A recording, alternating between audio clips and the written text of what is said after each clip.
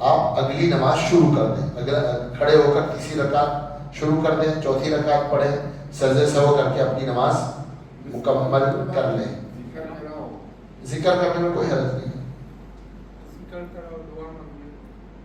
اردو میں دعا مانگی ہے تو گئے تو نہیں. سبحان اللہ الحمدللہ پڑھا ہے, الحمد شریف پڑھی ہے, کوئی حرج نہیں ہے. اس کے بعد بھی آپ اس پر جا سکتے ہو. ایسے ہی جس کی رکعت چھوٹی ہے اس کے ساتھ بھی ایسا ہوتا ہے کہ امام نے سلام پھیرا تو اس نے بھی سلام پھیر دیا. تو یہ جو سلام پھیرا ہے, اس سلام پھیرنے کے بعد جب یاد آیا مجھے کہ میری تو رکعت گئی ہے, تو کوئی حرج نہیں, آپ سلام پھیرنے کے باوجود بھی کھڑے ہو جائیں, اپنی نماز پوری کریں اور سجدہ سہو کر کے نماز مکمل کر لیں. اگر امام کے ساتھ مسبوق نے سلام پھیر دیا ہے, جس کی رکعت گئی ہے اس کو مسبوق بولتے ہیں. سفر میں جو قصر نماز پڑھتے ہیں تو وہ جو 80 کلومیٹر کا اس کے بعد قصر ہوتی ہے کہ جیسے سفر آپ نے چالو کر لیا؟ سفر جب آپ کا شروع ہوا, سفر کے ارادے سے آپ اپنے گھر سے نکلے اور گھر سے نکل کر شہر چھوڑ دیا, یعنی شہر کی حد سے باہر نکل گئے. کارپوریشن کی لمٹ, ہاں کارپوریشن کی لمٹ کو آپ شہر کی حد گن سکتے ہو. تو شہر کی حد سے باہر نکل گئے.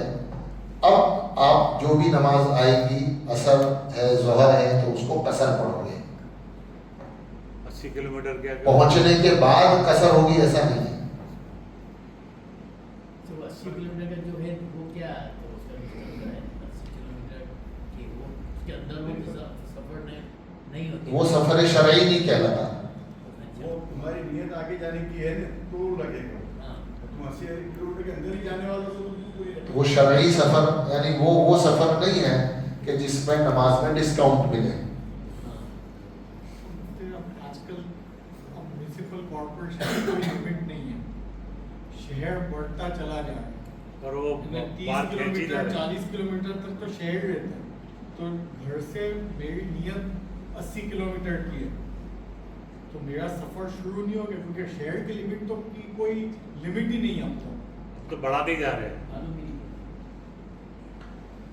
یہ مسئلہ تھوڑا سا پیچیدہ بھی ہے اور تھوڑا سا آدمی کے اپنے گٹس پر اور آدمی کی اپنی سمجھ پر بھی ہے. کہ مثال کے طور پر ہمیں پتہ نہیں ہے کہ شہر کی حد کہاں تک ہے.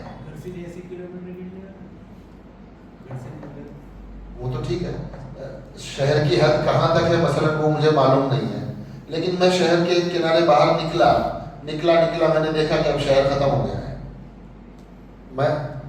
مجھے فیل آ رہا ہے کہ بھئی شہر ختم ہو گیا ہے, تو میں وہاں سے اپنا جو ہے قصر شروع کر سکتا ہوں. کچھ چیزیں ایسی ہیں جن کو آن دا اسپاٹ آ کے نہ امام ابو حنیفہ رحمۃ اللہ علیہ بتائیں گے, نہ مفتی عبد القیوم بتائیں گے, نہ کوئی مولانا صدیق صاحب بتائیں گے, نہ مولانا خالد صاحب بتائیں گے. کہیں آپ کو خود ہی جو ہے اپنے حساب سے آ کر کیا کرنا ہوتا ہے, فیصلہ کرنا ہوتا ہے. جیسے مسئلہ پوچھا ابھی نماز میں بھول کا, تو اس میں کون فیصلہ کرے گا کہ مجھے ہی فیصلہ کرنا ہے اس کا کہ میں نے 2 پڑھی یا 3 پڑھی. تو ایسے بہت سارے مسئلے ہیں. پانی کی طہارت کا بھی مسئلہ ہے. کہیں آپ پہنچے اور دیکھا کہ پانی کا تالاب ہے یا کچھ پانی ایسے ہی رکھا ہوا ہے, اب آپ کو وضو کرنا ہے, اب آپ کیسے ڈیسائیڈ کرو گے کہ یہ پانی پاک ہے کہ ناپاک ہے. تو اس کے حساب سے آپ سوچتے ہو کہ کیا ہوگا, پانی کہاں سے آیا ہوگا, کس نے رکھا ہوگا, آپ کو لگا کہ پاک ہوگا تو آپ نے وضو کر کے نماز پڑھ لی. ایسے ہی ایسی جگہ ہم چلے جاتے ہیں جہاں پتہ نہیں ہوتا کہ قبلہ کدھر ہے, تو شریعت نے کہا بھائی ٹھیک ہے اپنا دماغ لگاؤ. تو کچھ چیزیں ایک لیول کے بعد شریعت میں ایسی ہے جس میں یہ کہا ہے کہ بھائی آپ اپنے حساب سے طے کر لو, جو آپ طے کر لو گے اللہ کو حاضر ناظر رکھ کر اللہ کے یہاں ویسا ہی ہو جائے گا. کرسی والوں کی الگ جماعت ہے, کرسی والوں کی وہ اپنے کوئی ادھر پڑھتا ہے کوئی ادھر پڑھتا ہے, کوئی ساتھ میں سے کوئی جماعت کے ساتھ میں. کرسی والوں سے بہت تکلیف ہوتی ہے. چلو کرسی کا بھی مسئلہ آ ہی گیا. بہت سارے لوگوں کو ہم یہ دیکھتے ہیں, محسوس کرتے ہیں کہ یہ آدمی کرسی والا نہیں ہے, لیکن وہ کرسی پہ نماز پڑھتا ہے. کیوں کرسی پہ نماز پڑھتے ہو؟ صاحب ڈاکٹر صاحب نے بولا ہے کہ دیکھو اگر اب تم پیر کو یوں کرو گے ایسے موڑو گے تو تمہارے کو گھسارا ہو جائے گا ہے نا, تمہارے پاؤں ختم ہو جائیں گے. بھائی بڑھاپا آیا ہے تو سبھی ختم ہونا ہی ہے. بڑھاپا آیا ہے تو پاؤں بھی ختم ہوں گے, آنکھیں بھی ختم ہوں گی, کان بھی ختم ہوں گے, دل دماغ بھی ختم ہوگا, سبھی ختم ہونا ہے. امیجیٹ پاؤں موڑنے سے کوئی تکلیف ہو جانے والی ہے وہ گنی جائے گی. اوور دا ٹائم جو گھسارا ہو رہا ہے وہ تو ہونا ہی ہے. اب اس کو بچانے کے لیے آدمی چلتا ہے, پھرتا ہے, سب کرتا ہے, مسجد میں آتا کرسی پکڑ لیتا ہے,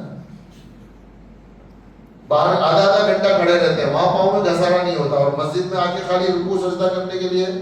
تو ہم اپنا میں کسی کو بلیم کرنے کے لیے نہیں کہہ رہا, کئی دفعہ کوئی یہاں کی بات نہیں ہے, جنرل بات کر رہا ہوں کہ لوگ کرسی پر نماز پڑھنے کے بارے میں غفلت برتنے لگے ہیں. ہماری نماز ہے, ہماری نماز ہو رہی ہے یا نہیں ہو رہی ہے, قیام فرض ہے, رکوع فرض ہے, سجدہ فرض ہے. آپ کس حد تک معذور ہو یہ پرسنل معاملہ ہے. آپ خود اس کو کسی بھی مفتی صاحب سے جن سے آپ کو تعلق ہے, جن کو آپ معتمد سمجھتے ہو, جن سے آپ کو آپ کی طبیعت کا لگاؤ ہے, ان کے پاس جاؤ, بیٹھو, اپنا مسئلہ پوچھو اور تسلی کر کے پھر طے کرو کہ مجھے کرسی استعمال کرنی ہے یا نہیں کرنی ہے. آپ شاید یہ کہہ رہے تھے کہ بھئی کرسی والے کہاں بیٹھے ہیں. ایک ساتھ ایک جگہ سپنے نہیں شامل ہوتے ہیں. بہتر ہے کنارے 2 لوگ ہیں 3 لوگ ہیں, کنارے کرسی بچھا لیں, جیسا نیا ہوتا ہے, کوئی حرج نہیں ہے اس میں, ٹھیک ہے. ایک اکیلا نہیں پڑھنا چاہیے. سب پوری نہیں ہوتی, کتنی بار تو 3 ماہ ہی نہیں جاتے. کرسیاں بھی الگ الگ ہے, وہی کرسی پہ بیٹھنے بھی چاہیے, جگہ بھی فکس ہے. اور لوگوں سے کہو کہ مسجدوں میں کرسیاں لا کر نہ دیں ہدیے میں. لوگوں سے آپ بھی کہو, میں بھی آپ سے کہہ رہا ہوں. ایک زمانہ تھا جب لوگ ٹوپیاں لا کے دیتے تھے مسجدوں میں کہ صاحب ٹوپیاں رکھ لو مسجد میں, آدمی ننگے سر آتا ہے تو ٹوپی لے کے نماز پڑھ لے گا. اب لوگوں نے ثواب کا کام اس کو سمجھا ہے کہ مسجد میں کرسی لا کے رکھ دو, بیچارہ کوئی معذور ہوگا تو وہ نماز پڑھ لے گا. اب اس میں معذور تو نماز پڑھے گا تو آپ کو ثواب ملے گا, لیکن غیر معذور نے کرسی پکڑ لی تو تمہارا نام کہاں لکھا جائے گا. جب کرسی کی بجائے ٹول رکھا جائے, کیونکہ کرسی کے اندر بندے ایسے آرام سے بیٹھ جاتے ہیں جیسے گھروں کے اندر بیٹھے. جی صحیح بات ہے. ہمیں یہ لحاظ ہونا چاہیے کہ بھئی ہم اللہ کے گھر میں ہیں, ہے نا, اور کرسی استعمال کرنا ایک مجبوری ہے, تو اس کو مجبوری کی حد تک استعمال کریں. وہ اس وجہ سے بھی یہ بات ذہن میں آتی ہے کہ ایک آدمی آیا, اب مسجد میں ایسے کر کے بیٹھا ہے آرام سے, تو یہ زیبا نہیں دیتا کہ مسجد میں ہم اس طرح آ کر بیٹھے. ٹھیک ہے, کوئی مجبوری میں کرسی استعمال کرتا ہے تو کرے, لیکن بیٹھے اپنی ضرورت کے حساب سے, ادب سے, مسجد کا لحاظ کر کے اور مسجد کے ادب کا خیال کر کے. نہیں, کسی کو سنانا مقصد نہیں ہے, تو جنرل باتیں ہیں.